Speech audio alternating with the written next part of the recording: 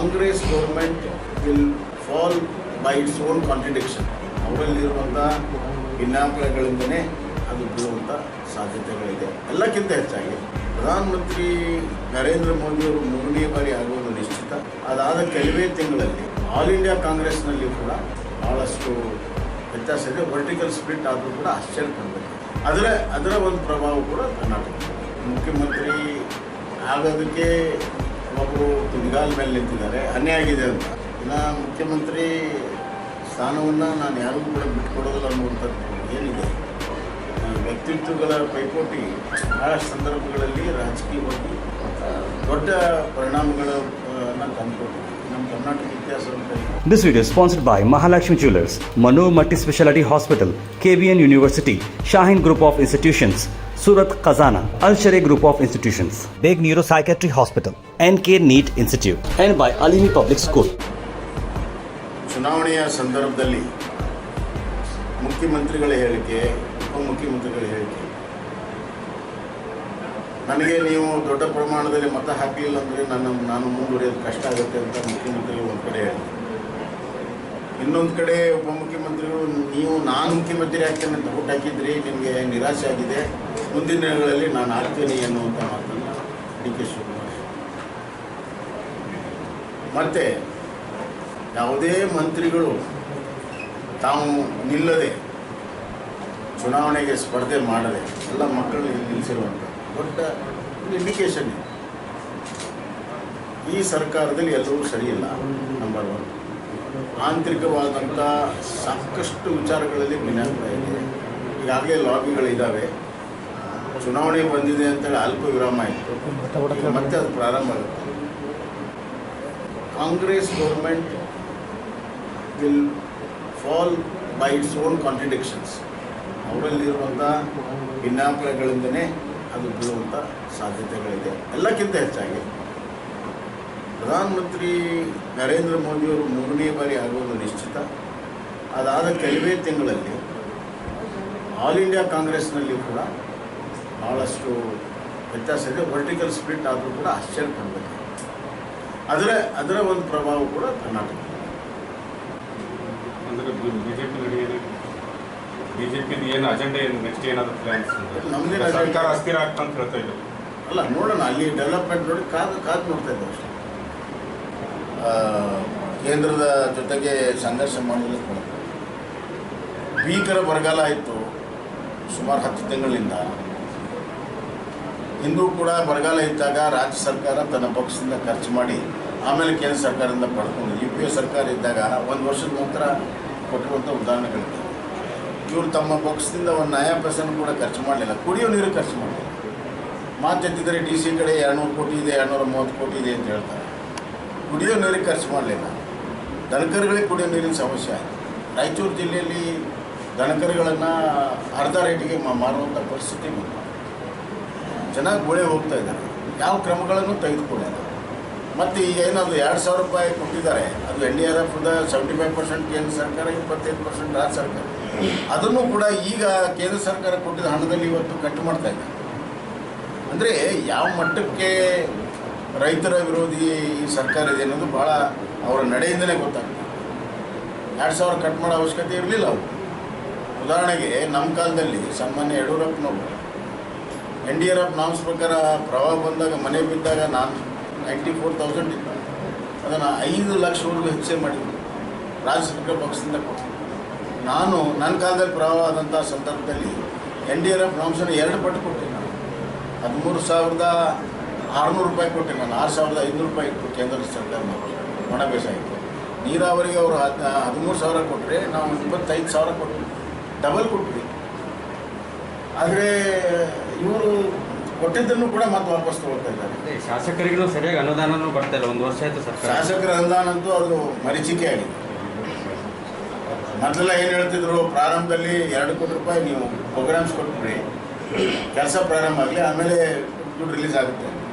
ಈಗ DCಗಳು ಹೇಳ್ತಾರೆ ಇಲ್ಲ ಬರೀ 35 ಲಕ್ಷನೇ ಕೊಡಬೇಕು, ಮುಂದಿನ ಏನು ಗ್ಯಾರಂಟಿ ಇಲ್ಲ. ಸರ್, ಈಗ ರೇವ್ ಪಾರ್ಟಿ ಮೂಲಕ ಬೆಂಗಳೂರು ಮತ್ತೆ ಗಾಂಜಾ ಡ್ರಗ್ ಮಾಫಿಯಾ ಎಲ್ಲ ಸಪ್ಲೈ ಆಗ್ತಾ ಇರುವಂಥದ್ದು ಸಾಕಷ್ಟು ಜನ ನೋಡಿ. ರಾಜ್ಯದಲ್ಲಿ ಭಾಳ ದುರ್ದೈವ, ಕಾನೂನು ಸುವ್ಯವಸ್ಥೆ ಸಂಪೂರ್ಣವಾಗಿ ಹದಗೆಟ್ಟಿದೆ. ಅದಕ್ಕೆ ಕಾರಣ ಏನು ಸಮಾಜಘಾತಕ ಶಕ್ತಿಗಳಿದ್ದಾವೆ. ಅದು ಗಾಂಜಾ ಮಾರಾಟಗಾರರಿರ್ಬೋದು, ಕ್ಲಬ್ ನಡೆಸೋರು ಇರ್ಬೋದು, ಎಲ್ಲ ಕಾನೂನು ಬಾಹಿರ ಚಟುವಟಿಕೆ ಮಾಡೋರಿಗೆ ಇವತ್ತು ಪೊಲೀಸ್ ಸ್ಟೇಷನ್ ರಾಜಮರ್ಯಾದೆ ಸಿಗುತ್ತೆ. ಅವರಿಗೆ ಕಾನೂನು ಭಯ ಇಲ್ಲ, ಪೊಲೀಸರ ಭಯನೂ ಕೂಡ ಇಲ್ಲ. ಏನಾದರೂ ಅಪರಾಧ ಆದರೆ ರಾಜಕೀಯವಾಗಿ ನಮಗೆ ಬೆಂಬಲ ಇದೆ ಅನ್ನುವಂಥ ಒಂದು ದೊಡ್ಡ ಧೈರ್ಯ ಇವತ್ತು ಸಮಾಜಘಾತ ಶಕ್ತಿಗಳಿಗೆ ಬಂದಿದೆ. ಹೀಗಾಗಿ ಇವತ್ತು ಕೊಲೆ, ಸುಲಿಗೆ, ಮಾಸ್ ಮರ್ಡರ್ಸು ಯಾವುದೇ ಭಯ ಇಲ್ಲದೆ ಇವತ್ತು ನಡೀತಾ ಇದೆ. ಎಷ್ಟರ ಮಟ್ಟಿಗೆ ಅಂತಂದರೆ ನೋಡಿ, ಕ್ಯಾಂಪಸ್ಸಲ್ಲಿ ಓಪನ್ನಾಗಿ ಕೊಲೆ ಮಾಡ್ತಾರೆ, ಮನೆ ಹೋಗಿ ಕೊಲೆ ಮಾಡ್ತಾರೆ, ರುಂಡ ತಗೊಂಡು ಹೋಗ್ತಾರೆ. ಇದು ಇವತ್ತಿಂದಲ್ಲ, ನಿರಂತರವಾಗಿ ನಡೀತಾ ಇರುವಂಥದ್ದು. ಇನ್ನು ಡ್ರಗ್ಸ್ ಬಗ್ಗೆ ನಿರಂತರವಾದ ಕಾರ್ಯಾಚರಣೆ ಮಾಡಬೇಕಾಗುತ್ತೆ. ಡ್ರಗ್ ಲಾಬಿ ಯಾವಾಗಲೂ ಕೂಡ ಅವರು ನಿರಂತರವಾಗಿ ಅವರು ತಮ್ಮ ಪ್ರಯತ್ನಗಳಿರ್ತವೆ. ಎಲ್ಲಿವರೆಗೂ ಆ್ಯಂಟಿ ಡ್ರಗ್ ಡ್ರೈವ್ ನಿರಂತರವಾಗಿ ನಡೆಯೋದಿಲ್ವೋ ಅಲ್ಲಿವರೆಗೂ ಕಂಟ್ರೋಲ್ ಮಾಡೋಕ್ಕೆ ಸಾಧ್ಯ ಇಲ್ಲ. ಆ ಆ್ಯಂಟಿ ಡ್ರೈವನ್ನು ಮಾಡೋದು ನಿಲ್ಲಿಸ್ಬಿಟ್ಟಿದೆ. ಇವತ್ತು ಕೇವಲ ಬೆಂಗಳೂರಿಗೆ ಸೀಮಿತ ಆಗಿಲ್ಲ. ಬೆಂಗಳೂರು, ಮಂಗಳೂರು, ಮಣಿಪಾಲು, ಮೈಸೂರು, ಹುಬ್ಬಳ್ಳಿ, ಧಾರವಾಡ ಎಲ್ಲ ಪ್ರಮುಖ ನಗರಗಳಲ್ಲಿ ಮತ್ತು ಪ್ರಮುಖ ನಗರದ ಪಕ್ಕದಲ್ಲಿರುವಂಥ ಗ್ರಾಮಗಳಿಗೆ ಇವತ್ತು ಡ್ರಗ್ ತಳಮಟ್ಟಕ್ಕೆ ಬಂದಿದೆ. ಅವರ ವೈಯಕ್ತಿಕ ವಿಚಾರದಲ್ಲಿ ಅವ್ರು ಏನು ಮಾಡಿದ್ದಾರೆ, ಆದರೆ ನಮ್ಮದು ಭಾಳ ಸ್ಪಷ್ಟವಾದ ನಿಲುವಿದೆ. ಪ್ರಧಾನಮಂತ್ರಿಗಳಾಗಲಿ, ನಮ್ಮ ಗೃಹ ಸಚಿವರಾಗಲಿ, ಅಥವಾ ನಮ್ಮ ರಾಜ್ಯದ ಲೀಡರ್ಸ್ಗಳಾಗಲಿ ಭಾಳ ಸ್ಪಷ್ಟವಾಗಿದೆ.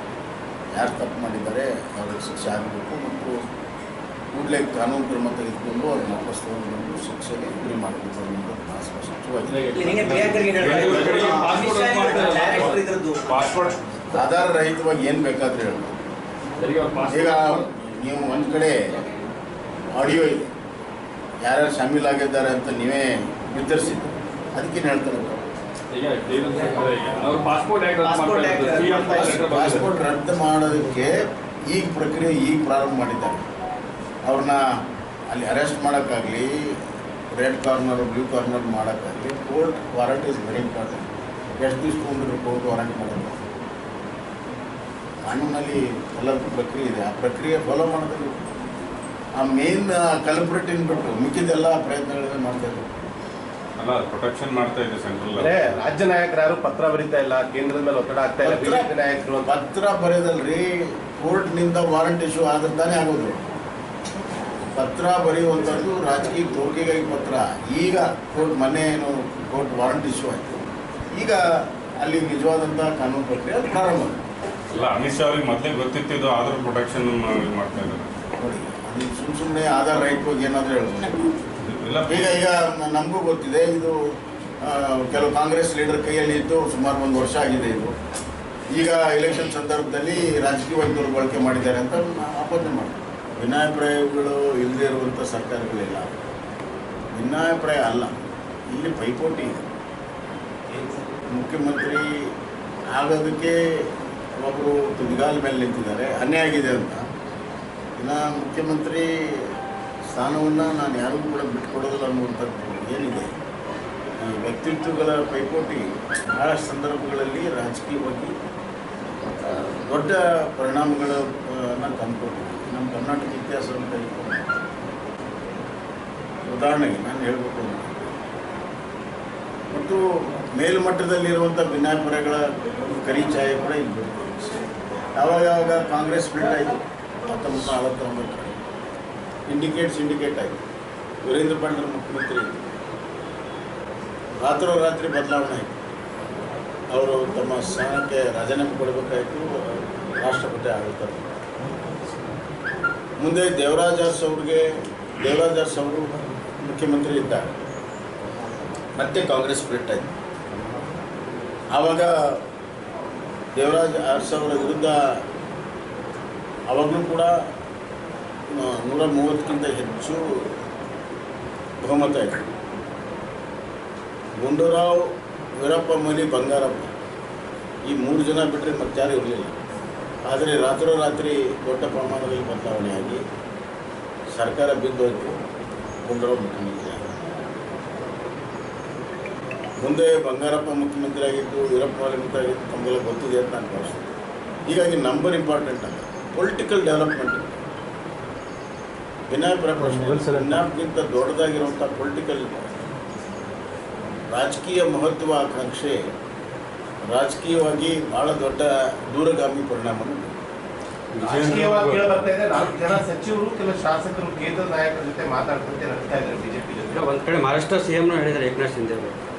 ಅಲ್ಲ, ನಾನು ಬೇರೆಯವರ ಹೇಳಿಕೆ ಬಗ್ಗೆ ನಾನು ಪ್ರತಿಕ್ರಿಯೆ ಕೊಡೋಕ್ಕಾಗಲ್ಲ. ರಾಜಕೀಯ ವಲಯದಲ್ಲಿ ಚರ್ಚೆ ನಡೀತಾ ಇದೆ. ಅದ್ರ ಬಗ್ಗೆ ನನಗೇನು ಅಷ್ಟು ಮಾಹಿತಿ ಇಲ್ಲ, ಬಟ್ ನನಗೆ ಅದನ್ನು ಪ್ರತಿಕ್ರಿಯೆ ಕೊಡೋಕ್ಕೆ ಸಾಧ್ಯ ಇಲ್ಲ. ಆದರೆ ರಾಜಕೀಯ ವಿಶ್ಲೇಷಣೆ ಮಾತ್ರ ಈ ಥರ ಇರುವಂಥದ್ದು ಭಾಳ ಜನಕ್ಕೆ ಇದು ಗೊತ್ತಿರುವಂಥದ್ದು. This video is sponsored by Mahalakshmi Jewelers, Manu Multi Speciality Hospital, KBN University, Shahin Group of Institutions, Surat Khazana, Al Sharia Group of Institutions, Beg Neuropsychiatry Hospital, NK NEET Institute, and by Alimi Public School.